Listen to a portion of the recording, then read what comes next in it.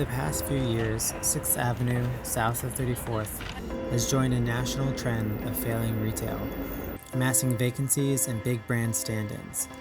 Once a home to flower shops, unique small businesses, sex shops, and iconic retail flagships, it has become cluttered with big brands, big banks, and a rare small business gem among them. In this video, we want to wonder why, and what is happening because of this phenomenon. We want to go beyond the obvious online shopping finger pointing. We want to explore other forces that are reforming this urban commercial corridor. We took the time to walk the street, map the vacancies, talk with some locals, and start to pose our own theories. We set out with paper maps to mark where we found vacant storefronts along 6th Avenue. We focused our search between Canal Street to the south and 34th Street to the north. We were able to use the city's open data to take our annotations, overlay them onto building data, so that we ultimately were able to see what buildings contained vacancies. We found 44 vacancies along the stretch that we mapped, with 21 being corner buildings, which we found interesting. We were also able to see that most of the buildings that had vacancies were in corridors that were zoned commercial, marked in this map in orange, while the residential areas and the manufacturing areas in pink and purple respectively had fewer vacancies. To get a closer look at the section of 6th Ave between 4th and 14th Street, we enlisted Ashley Lair, who grew up in Soho and has a unique perspective on its changes over the past couple of decades. I mean, I could start talking right now. Like, there are like things right in this, like where we're looking, like fucking banks and medical centers, like clinics. That's all that's along this strip. And it used to be like, that was a diner, I believe. Yeah, that was definitely a diner. And now it's like it was like a greasy spoon. And now it's shiny Capital One. Of course, you got one fancy tattoo sex party place still, but it was every store was a sex shop. And now it's pizza, empty storefront, city empty. I'm Ashley. I grew up in Soho, and we're on. Is this Minetta? No, Minetta's down there. Whatever Like this Cornelia place. That's what it is, Cornelia. And so like I grew up a little bit that way. My elementary school was a little bit that way. So like 6th Avenue was the main kind of thoroughfare that we would cross or stop on the way from one or the other. So I spent a lot of time. I mean, this street is really long. I think I don't know why I instinctually was like, we should find it. This is new. Bakery. The Pickles guy, they've been here they've always been here, but like this strip has been kind of... It seems like it's having some real issues. There's like 4 fronts that have vacancy signs. Yeah, like there's a lot of turnover, it seems, but what has stayed or what is coming in is like bigger names. Like it's not Joe's Pizza. They can't afford to rent one of these places anymore. It's some, corporate baked goods and with an artisanal GNC. feel. Right, exactly. They want you to make you feel comfortable, like it is you're supporting some small business, but it's not.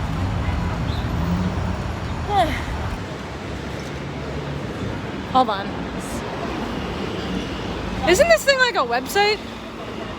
This is like a bleaching, a tooth bleaching thing, or like Invisalign. Yeah, it's like Invisalign. Huh. So, A place that's been here forever. well, and this place on Saturday, okay, here we go, actually. So when I came on Saturday, this place was hosting an art exhibit.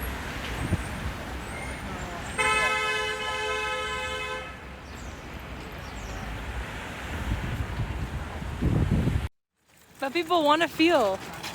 I know. We got a Hold on. Chase. We've got Vacancy. And then we've got CVS. Yeah, and then another bank. And then 2 other banks. What is this, a natural looks like a bank. This is like a waxing place. Oh, no, that's the waxing place. This is a bank. But that looks like a bank. Right? Yeah. It's dead.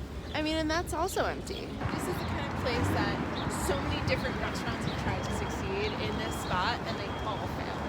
Like, I think for a certain period of time, it's like a vegetarian, like, natural foods, and it was supposed to be that, like, actual spot. Huh.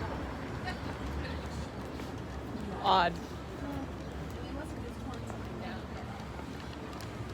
Yeah, well, and so actually, Jason was bringing up a good point. So this Sprint right here, inside of it are those Amazon boxes. And those boxes have killed a lot of the retail that's on this stretch, for sure. That was Barnes & Noble for a very long Wait, time. the one on the right? On Sorry. on the right, that was Barnes & Noble. Wow. What was on the left, you know? So many different things. It's been so many things on that corner, on the uptown side. But definitely at some point, there used to be lots of like, it sounds so weird, but like hat shops. That's like such like an old timey thing. But like there was like a milliner, hat right? and hats and gloves and scarves. Like those stores used to be everywhere. Like little like, I don't know, like weird clothing stores that like didn't have a brand name. It was just somebody that knew that people always need hats, gloves, and socks. Another goddamn Verizon that didn't even care to actually put up a real sign. They're like, we'll probably be gone in a year anyway. Just slap up some vinyl or whatever, and then I So interesting.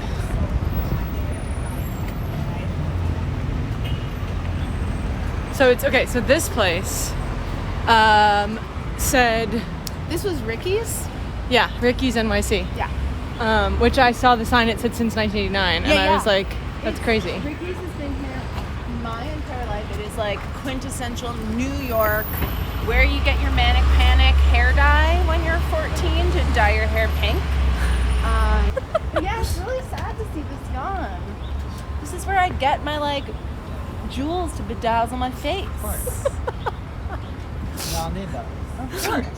And then my little place up here, the one with the cards, is the one that's the moleskins, Oh. and it's like clearly We good. sell hand sanitizer. That's my favorite.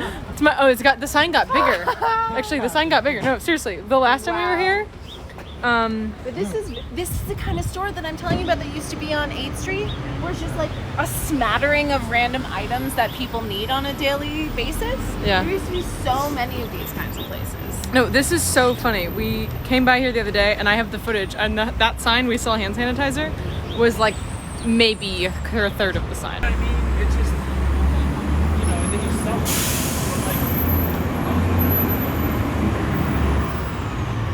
And you can also tell that they're struggling if they're going to sell their moleskins 50% off.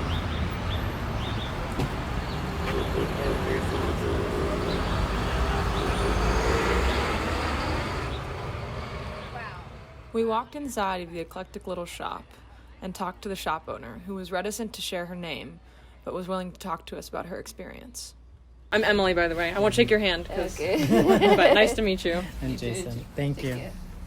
Because of the new technology and the Amazon and the shopping online, our business is affecting. People don't want to come and buy. They prefer staying at home, click, and the stuff come to their door the next day because the shipping is so fast.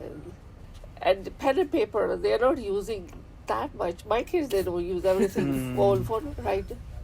The old-fashioned, just like we are old people, we write down everything, list this and paper, but they put everything on phone. So stationery, they're not depending on stationery that much. And plus, the rent was higher, is high. It looks so much it looks too much because the sale is decreasing. And the rent looks, oh my God. Yeah. How long have you been in this space? We moved here.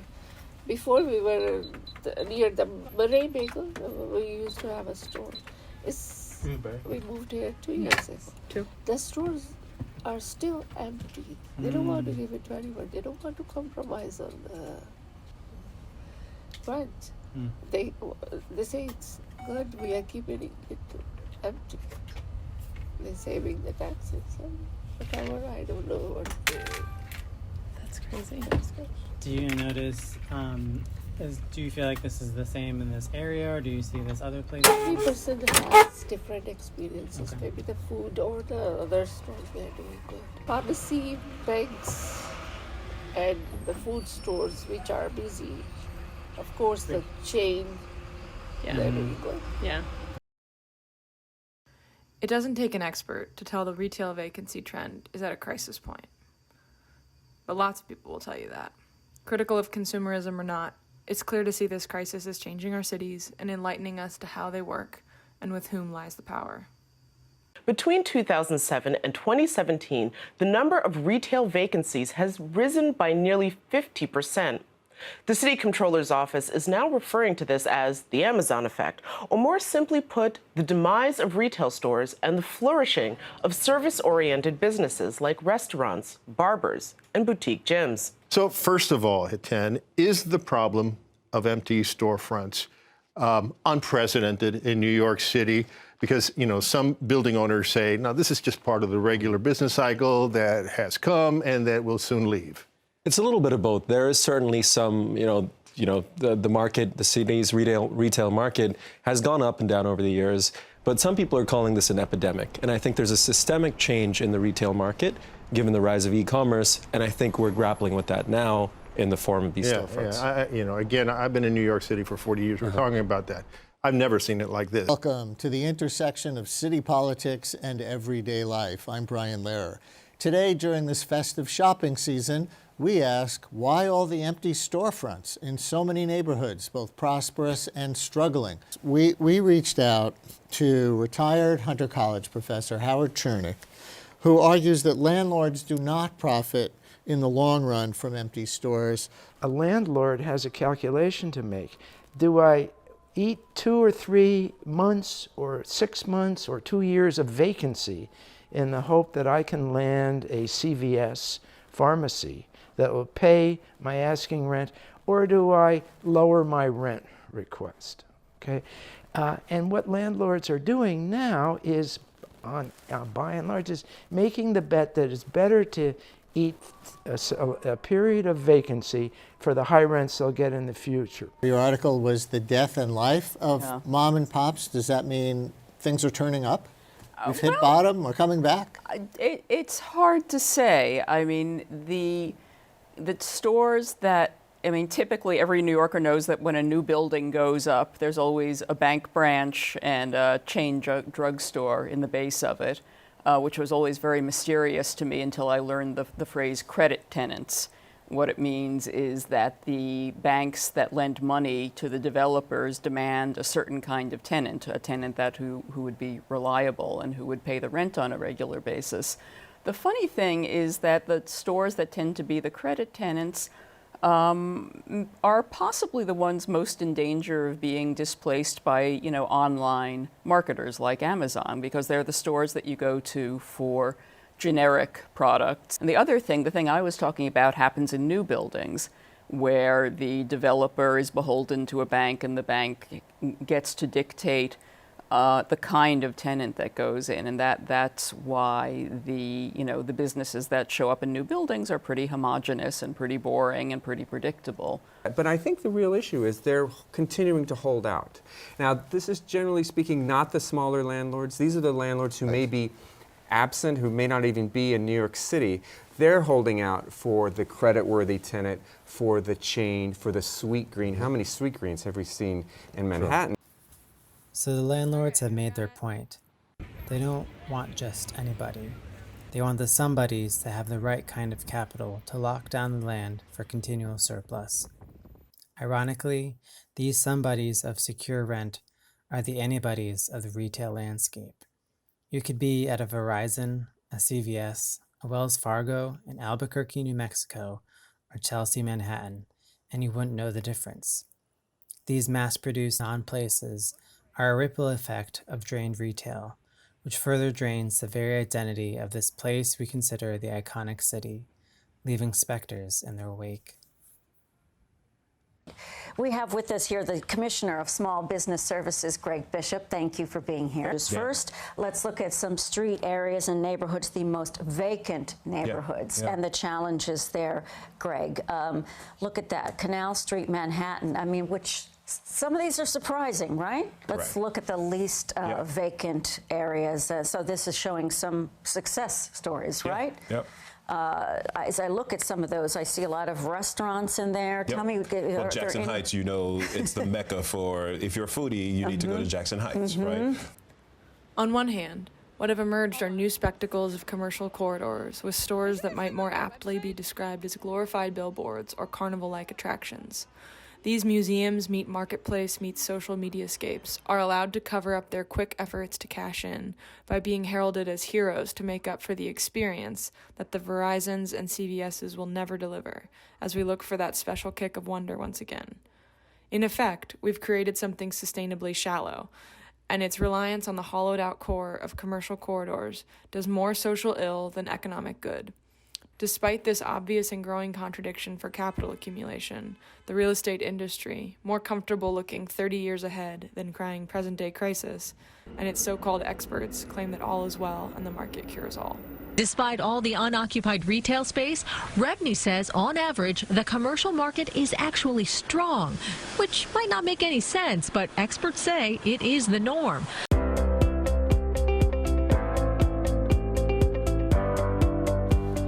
Hi, I'm Bill Rudin, the Chairman of the Real Estate Board of New York. Today we will be highlighting the retail marketplace and its impact on our city and our industry. While the retail market is facing many challenges, we have seen innovative ideas and changing dynamics in certain parts of the city, while many companies that started as online retailers are now opening physical stores throughout the city.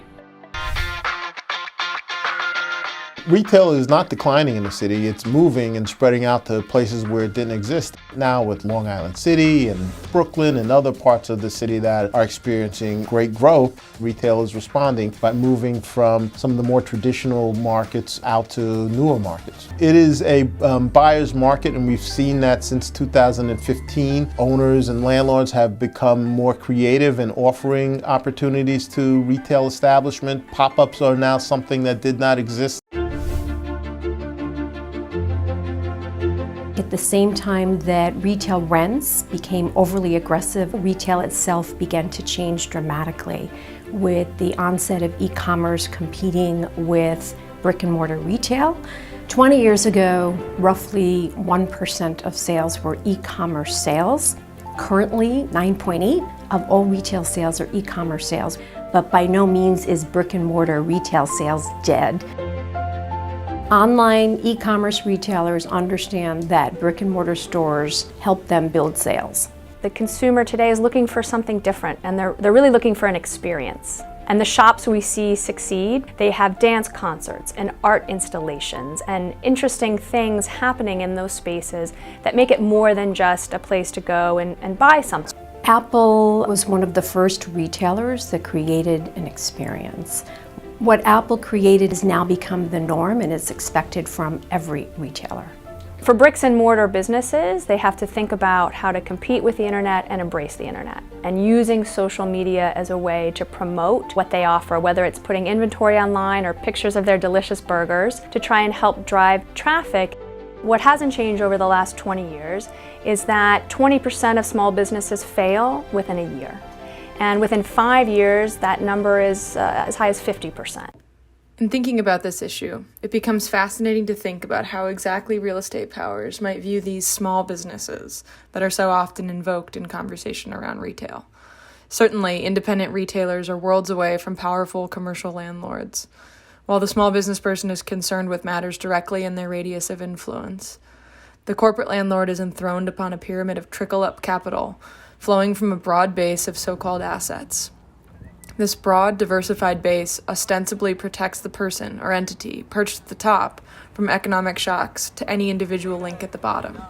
It's this economic structural engineering that enables landlords to hold out on filling their empty storefronts today, accepting the loss of present-day income as the opportunity cost of a future lucrative deal. Let's get personal. We miss our people and we miss ourselves. The curtain has fallen on the odd cast of characters that ran down from Midtown to Lower Manhattan, and all the big brand landing points that have popped up will never meet our needs for connection, even in our crazed grief shopping binges, though most of those are done online anyway. But neither can small shops survive in this closed circuit capitalism of big banks for big brands. They are shut out or shut down. While the easy giant to point to here is Amazon, the blame is as bifurcated as the market supply, the space holders and the money spenders. The revolving door that sweeps out cute corner shops and close quarter boutiques will continue to swing so long as real estate lords lavish privilege on familiar no-faces who want billboards for storefronts, and so long as consumers decide that we want our objects efficiently free from personal interaction, and we want them right now. What do small businesses offer us that we can't have more effectively now through Amazon or big trusted chains? Remember Ashley's Greasy Spoon? They sell everything with a side of charm, even if you are asked to excuse their blemishes. Small businesses more readily put the person alongside the profit. Let's face it, we feel this loss. We know that our commercial corridors are becoming less human, less humane. Spectacles are erected to rouse our applause and online posting. And then we open a new tab to fill our cart, dropping a 4-star review before we log off. And another shop on 6th Ave shutters its windows. Is this the experience? Is this the city that we want?